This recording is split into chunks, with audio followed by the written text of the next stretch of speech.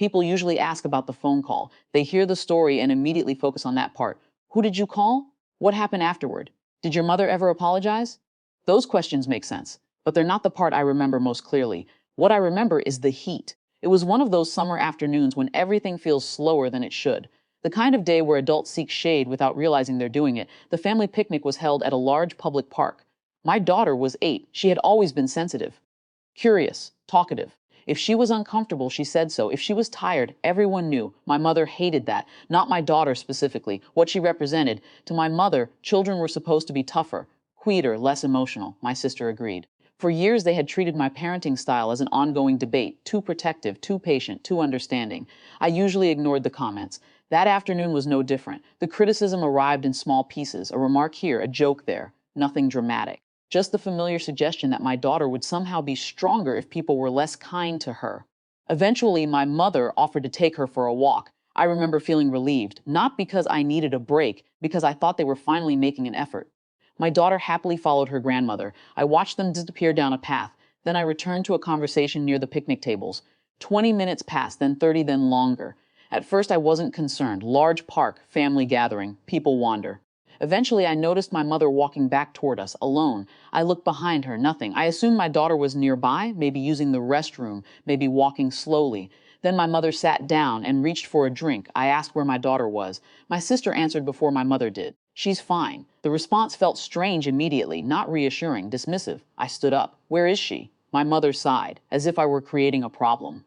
We left her at the playground. I remember staring at her, waiting for the rest of the sentence, the explanation, the joke, anything.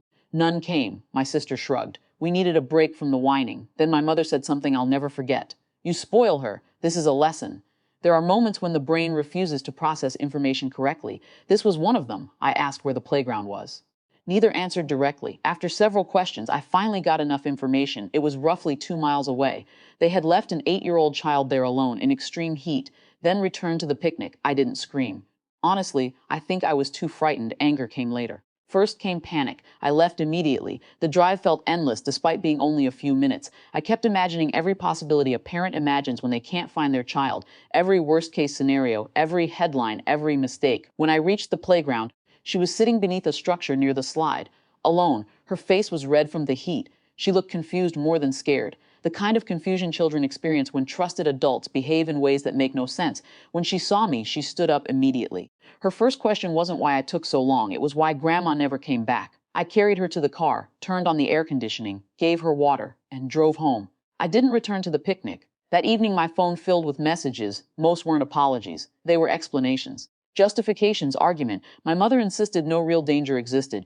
My sister accused me of overreacting. The certainty in their messages disturbed me more than the decision itself. Because mistakes happen, people exercise poor judgment. What frightened me was their inability to recognize what they had done. I barely slept that night. Part of me wanted to believe time would solve it. Part of me wanted someone to call and say they finally understood. Nobody did. The next morning, I made a phone call, not out of revenge. Out of responsibility, I described exactly what had happened, nothing more, nothing less. The response was immediate, not emotional, professional. The person on the other end did not debate parenting philosophy, did not discuss family dynamics. They focused on one thing. A child had been knowingly left unattended in dangerous conditions. The facts spoke for themselves. Over the following weeks, professionals became involved, interviews, documentation, assessments, recommendations. For the first time, my mother and sister encountered people who were not influenced by family history, people who evaluated actions rather than intentions. And suddenly the conversation changed. What had been dismissed as a lesson was recognized as a serious lapse in judgment.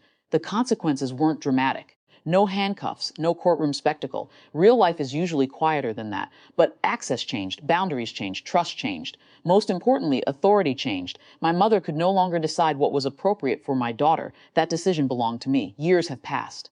My daughter barely remembers the details now. Children are sometimes better at moving forward than adults. The rest of us remember, especially my mother, especially my sister. The family survived, but not in the same form. Some relationships became distant, others became cautious. A few never fully recovered. People still ask whether I regret making that call. I don't. I regret that it became necessary, because the hardest lesson from that day wasn't about parenting. It was realizing that being family does not automatically make someone safe. And once a parent learns that, pretending otherwise is no longer an option.